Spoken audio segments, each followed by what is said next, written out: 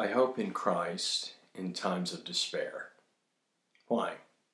Lamentations 3:22 through 23 say, "The steadfast love of the Lord never ceases, His mercies never come to an end. They are new every morning. Great is your faithfulness." The author of these words is introduced to us as the man who has seen affliction. He has endured the siege and overthrow of his city. He's seen everything from heaps of dead bodies on the street corners to compassionate women boiling their own children for food. He has personally been afflicted, he says, in every way.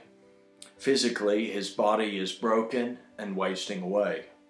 Mentally, he is enveloped in bitterness, tribulation, cloaked in the darkness of deep depression, and burdened by the chains of his sorry life. Emotionally, he feels like a wild animal has torn him to pieces and left nothing inside. And the pain is like that of a man who has been used for target practice and has had arrows driven into his kidneys while people stand by and mock. Spiritually, he has no peace in his soul. He has forgotten what it is like to be happy. He is overcome with fatigue, and he no longer has hope, even in the Lord. Or does he?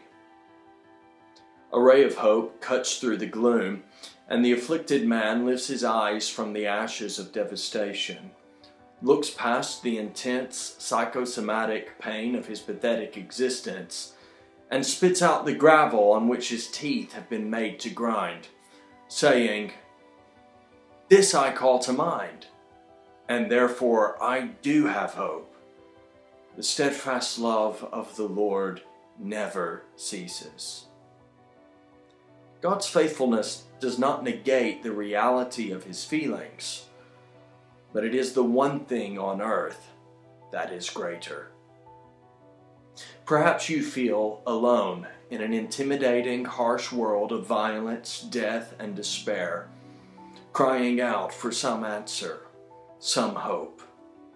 But most have none to give. In times of despair, when life seems to be ruined forever and hope is gone, I hope in Christ. His faithfulness is greater than my feelings, greater than my fears, and greater, yes, than my own faithlessness. I would urge you to trust in Christ, to look to Him, and find hope in your time of despair.